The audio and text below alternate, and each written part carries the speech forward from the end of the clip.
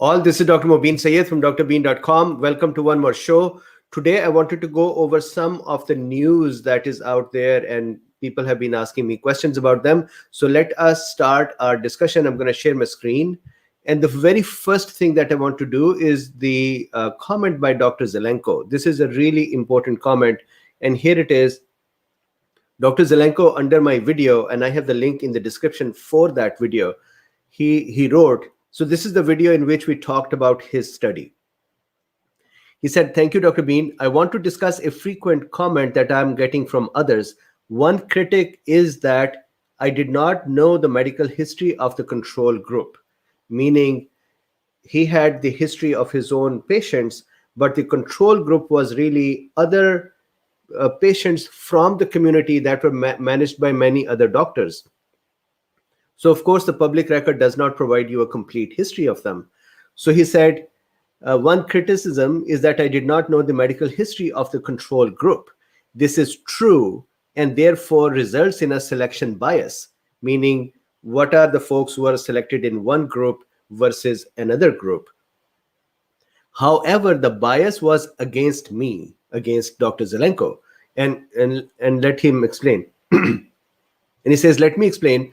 I only treated high-risk patients, and most of them were older than 60. The control group had both high and low-risk patients of all ages. Thus, my patient group was of sicker patients with higher mortality. Thanks. So I hope that this actually becomes clear that, yes, he did not know the complete history of the control group, but control group was actually much healthier, if you will, compared to the group he selected from his clinic, who were, and I hope you remember that we went over the comorbidities that he selected and the age group that he selected. So he had selected high-risk patients. So I think this is a very important comment to connect with that study. So I wanted to share that with you. So that is one update. The second update, so here it is. Of course, there is nothing to celebrate for Halloween. This whole year has been scary, and it does not look like it is becoming less scary. It has been doing tricks on us for the whole year. The reason I have this little thing back here, or I have this monster, one of the things that I've learned during this exploration for COVID-19 is that it is important for us to relax and be a little less stressed out. And that actually works in our favor by keeping our immune system in balance as well.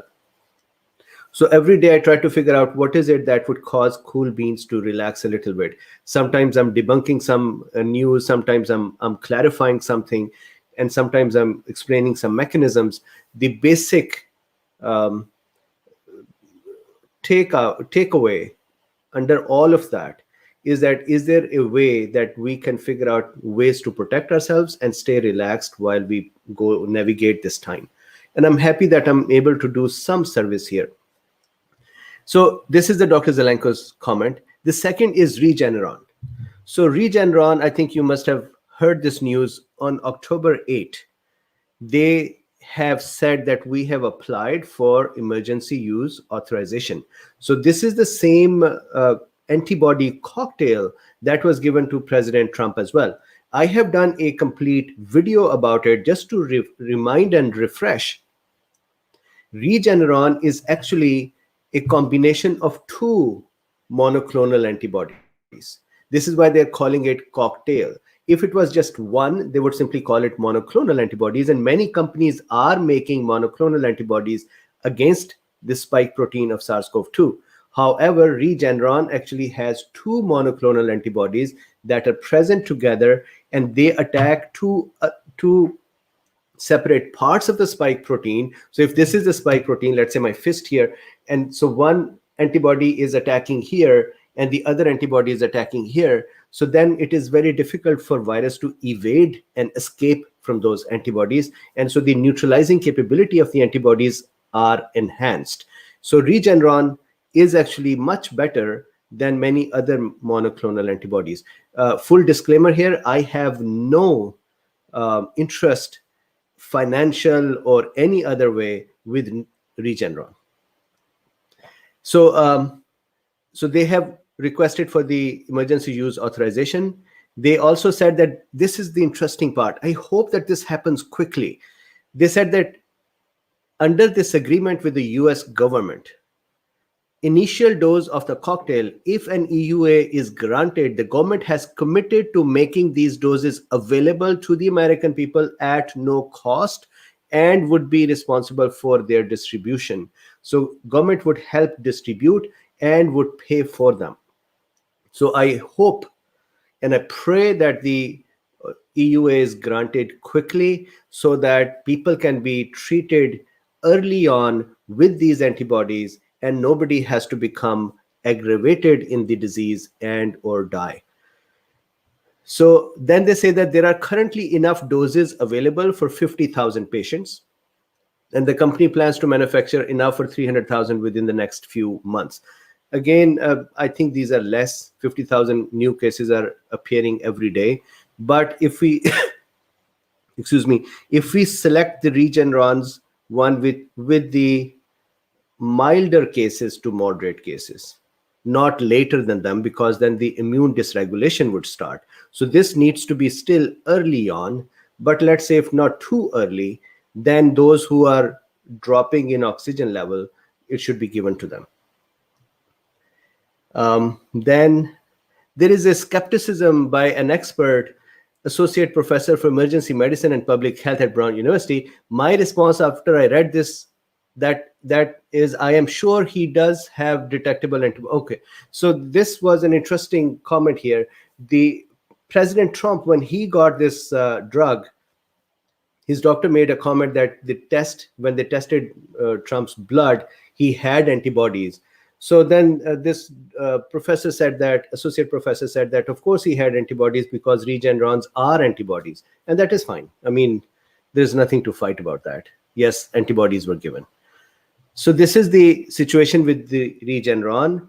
I would hope and I would pray and I would hope somebody can influence the approving authorities to approve this.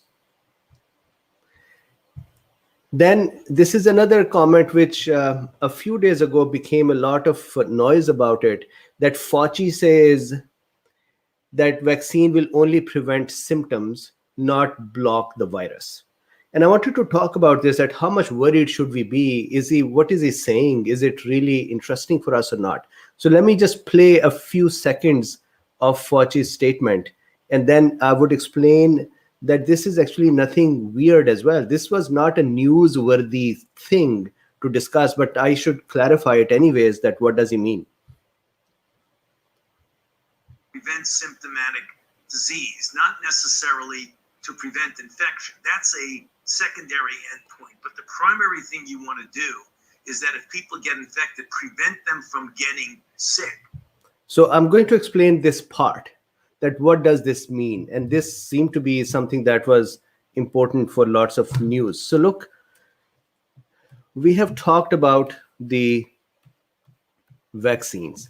When we give a vaccine, so let's say we have given an artificial antigen, maybe spike protein, and then our cells, let's say our macrophages or our muscle cell that had the vaccine injected in them, or whatever cells have picked up the parts of the vaccine and then presented it to naive T cell, and then naive T cell is going to, let's say, go towards T helper 2 pathway.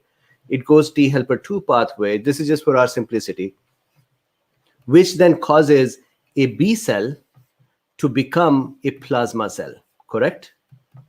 Why do I make a plasma cell always look like an eye? The reason is that, number one, plasma cell have a cytoplasm that is big because they're making proteins and they start swelling up. So this is like a pregnant belly.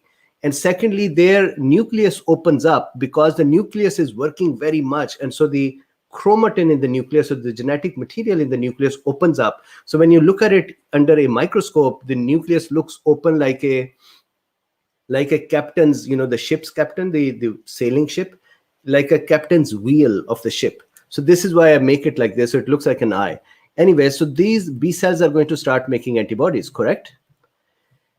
Now, we know this thing that the plasma cells or the B cells are going to convert into, first of all, they're going to make IgM.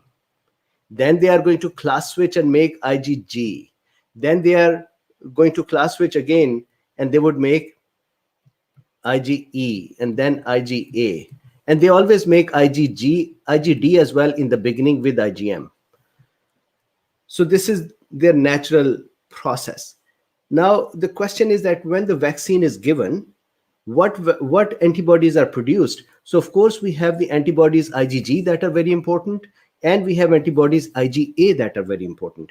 And what is the importance of them? IgA antibodies are going to go to the mucous membrane, so that is the membrane of our nose, eyes, our mouth, and other areas, for example, GIT and reproductive system, where there are wet surfaces, and the IgA is going to go and get secreted and become part of the fluids of the wet surfaces. So if I can make, let's say, here is a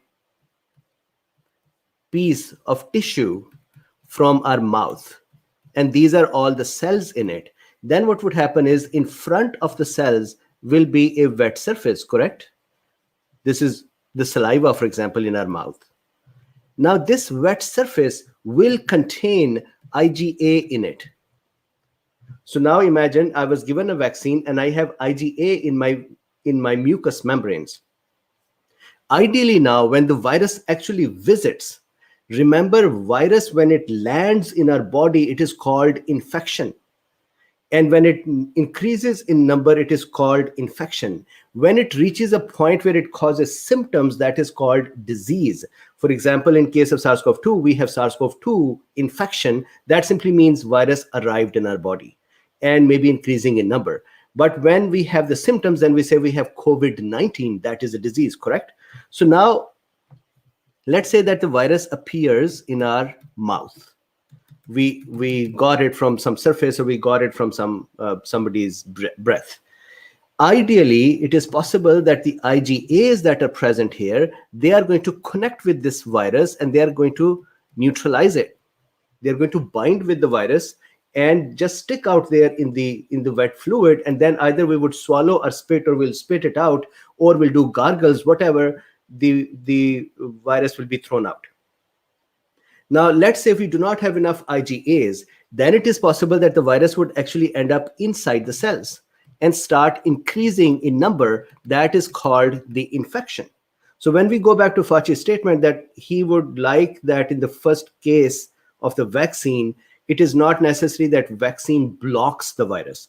What he's saying is that it is okay that there is not enough IgA produced, that the mucous membranes have enough amount of IgA secreted that when the virus arrives there, they capture it and do not let it go into the cells. Fine, that is fine. It happens with many of the vaccines.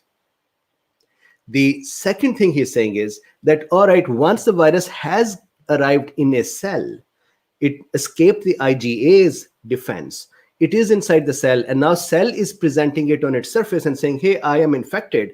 And then we have the immune system naive cells that are already trained. But in this particular case, we already have the memory cells that were trained previously. So let me not even make the naive cell. Let's say that we have trained T cells here and trained B cells and trained cytotoxic cells. As soon as they would connect, they are going to start killing these cells plus killing the virus. Now, during this time, is the virus infecting other cells? Yes. What is our immune system doing? Responding to it. Would it respond very quickly? Yes. Would we have symptoms? Possibly not. Is it a big news? No. This is the normal behavior of a vaccine. It is the same thing that if we actually got infected by a real virus, the first time we'll have symptoms, but the next time, imagine we have become vaccinated. The virus can still come in. It will not be blocked from arriving in our body. And if we do not have enough IgA present in the mucous membranes, it will infect our cells. And then it would divide in there or increase in number in there. Then it will be presented by the cells to our immune system to say, hey, I got the virus. And the good news is that our immune system within 8-10 hours will attack back and eliminate the virus. So during that time, can we have symptoms? Yeah, sure. Would we even notice that we have symptoms? Many times we will not notice it. So this again, this comment here is not a newsworthy comment. To me, it seems like researchers are behaving as if the medicine is discovered for the first time. And everything, for example, yesterday we talked about the what was the discussion yesterday? Waning antibodies. This is as if researchers found for the first time that the antibodies increase in the beginning and then they reduce and they decline and then they would increase again if we are exposed. This is an old time medicine knowledge, but they are writing papers on it and doing research on it as if something new has happened. So it looks like the whole medicine is being discovered once again. Or maybe people are just, researchers are just finding an opportunity to put their name out there that I wrote this paper. Anyways, here Fauci's comment, nothing new. This is a normal behavior. One can increase the vaccine's dose enough that there is a lot of IgA and there are a lot of other cells present. I think it is not necessary as long as enough amount of IgG and IgA are present and enough amount of trained B cells and T cells, memory cells are present, that when the actual virus arrives in our body and we can react quickly and eliminate it, fine. In that time, do we get tiny bit of common cold like symptoms? Fine. So what? So I wanted to clarify this news as well, which people had been asking me about that too. So then after that, this is the next piece of news. Moderna CEO says coronavirus vaccine emergency approval could come in December. So that is a good news here. So what is happening here is that Moderna has said, so their CEO, Stephen Bensel, he said that by December, they may have the approval for the vaccine. And they are looking for, so the FDA is looking for 2 months worth of patient data. And they believe that by November, they would have that data. And they, by December, they would have the vaccine approval. So that is a good news. So if you see here, while he expects interim data on efficacy in November, he said it's hard to predict exactly when, because it is possible that things can go delayed. However, if the company missed this mark, Bensel said it could follow up with a second interim study in December with 106 symptomatic patients. FDA has also said emergency approval for COVID-19 vaccine will require 2 months of safety data on half of the study patients. Moderna expects this data in late November. So there are chances that in December we will have vaccine, which is a good news. Meanwhile, the company plans to make 20 million doses available by the end of the year, which would be enough for 10 million people given the 2-dose regime. The CEO said Moderna expects at least 500 million doses in 2021. So again, an interesting news, and we should be aware of it. To me, it makes me a little more comfortable that at least we would have some vaccine available. If we could not get ivermectines available, and if we could not get hydroxychloroquines available, then at least we'll have something that can start giving us some hope. So this was another piece of news that I thought was interesting and important for us to know. And I think that you know these newses, but I wanted to share with us as well. Then I wanted to give you a couple of updates on the cool beans as well. So the 2 updates on the 2 cool beans. One himself is a doctor. I'm not going to take his name, but I had discussed that he was waiting for his antibodies. Interesting for him that he did not develop antibodies for a few days. And so he's still waiting for the antibodies. So he asked me, he said, I don't have antibodies, but my symptoms are recovering. And I said, remember, there can be some people who have innate arm working strongly. And then there are some people who have T helper 1 pathway, which is cytotoxic T cell pathway, that is working strongly. So he said that, do I need to get my T and B cells? And kind of, he's very curious to understand what is happening inside his own body. So that is interesting. So generally, he is recovering and he is doing better. So I am very happy. What I'm observing again and again are the cool beans who have been taking care of their selves by taking supplements and vitamin D and zinc and quercetin. The attack on them by the virus is usually met with good resistance. So they do not just fall. And touch wood, I also pray that nobody does. But so far, this is what you're seeing. So that is one update. Second update is by the other cool bean who is 50 years old, and he has had the symptoms for a few weeks. Today, his update was Good morning, sir. Quick update, 29th October, oxygen 97%, no fever, cough, or body aches today. Yesterday, he had body aches. Should I stop taking ivermectin and hydroxychloroquine? Also, should I continue using quercetin, zinc, NAC, CoQ10, vitamin C, D, K2, B2, famotidine, and melatonin?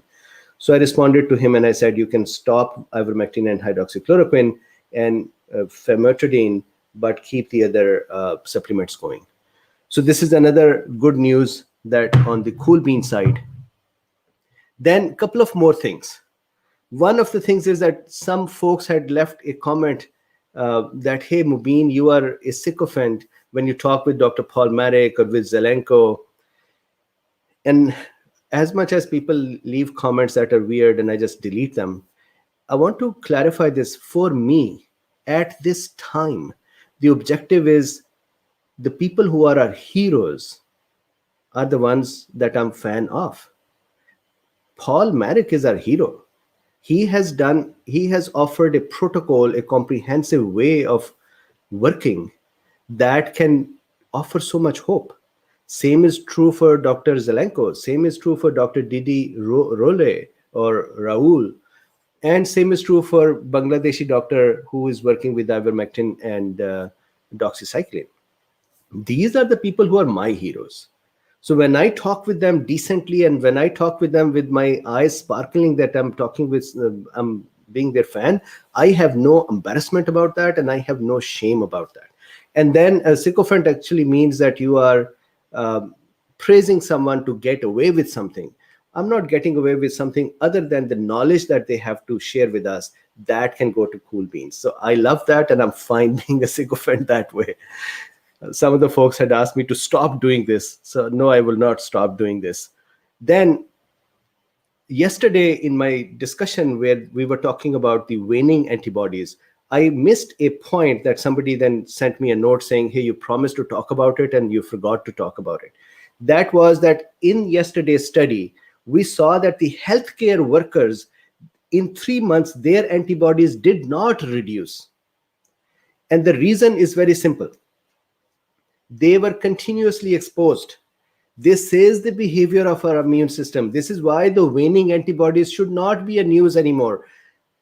We have an initial peak of the antibodies. When the infection arrives in our body responds strongly and creates a peak of IgM, which then wanes very quickly, and then IgG.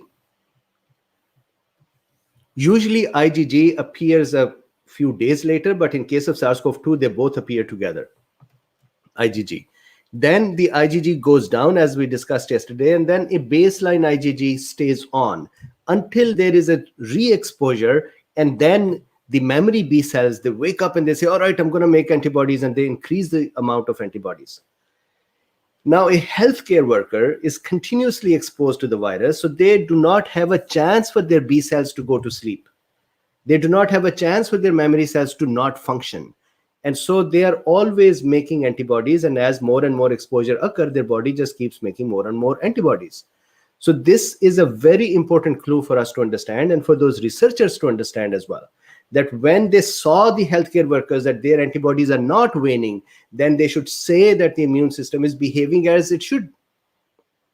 And this is why I was saying that it seems like we are discovering medicine once more. These are old newses that this is how our immune system behaves. So what was the big deal there from the Imperial College? But anyways, this is the answer for why the antibodies did not decline. Actually, they increased not significantly by plus 3.4%. They increased in healthcare workers because healthcare workers are continuously exposed and their immune systems continuously work against this virus. So the immune system does not go on a break and wait for the virus to arrive. So that I also wanted to make sure that we talk about it. And then final point for today, Cool Beans accomplishment, what we have been able to do together. And the reason is that we have gone above 200 videos now. And I wanted to look back and see what we have done with the community with which we are working. And before that, let me show you, I was drawing these cartoons. So this is another one. So this is a scary monster, and these are medical books, and so medical students are scared of some of them, not all. This is another scary monster I tried to draw, and I was drawing this one and I stopped in the middle. Okay, so let me show you what we have accomplished. And this is especially in context of two things. Number one, for you to show up daily and work with me on these things. Number two, for those folks who have actually been supporting me during this time. And number three, generally, the impact that we are making. So let's look at it. Since April till now, the history is that in April, I think March, April timeframe is when I saw that letter where somebody had said that take steam and what I've mentioned it many times. And that made me very upset, and I decided to do a video. And that is how this started, and it is still continuing. Since that time, April to now, 6.2 million views for the videos on YouTube only. I'm not counting Facebook. I'm not counting on our own site. I'm just counting the views on YouTube. 6.2 million views for COVID-19 videos and 52.17 million minutes watched. That makes 99 years of watch time. So if somebody had sat there for 99 years, they would have been watching these videos. And there have been 164,000 shares. So at least 164,000 new people were exposed to this information. So during this time, the folks who had been watching, they had been about 1 million people. So we have about 1 million folks who then shared with another 164,000. So about 1.2 million people are aware and are better prepared and understand this situation better. That gives me and everyone who has supported us and everyone who has been here, I think that gives all of us a lots of comfort. When I started, this is my last comment and then we stop. When I started and I decided to do the first video for COVID-19, I thought at that time that there are many others who have done much more. Medcram has done more. They were already doing videos on it. Dr. Campbell has done much more. And so who am I with one video to enter this arena and say, I want to add my voice as well? But now we are more than 200 videos. And I think there is a lot of, somebody sent me a comment, a doctor sent me a comment. They said, your channel has become a treasure of COVID knowledge. And I think that with all of our help, that has become a very impactful, positively impactful thing. So for that, thanks to all of you. So this is the discussion for today. I wanted to tie some loose ends today. So hopefully that is good. Tomorrow we'll continue with the open forum, and then we'll continue on Saturday. Thank you very much for your time. Please like, subscribe, and share. And if you wanted to support this work, my work, there is a link in the description that you can use to donate. Thank you very much.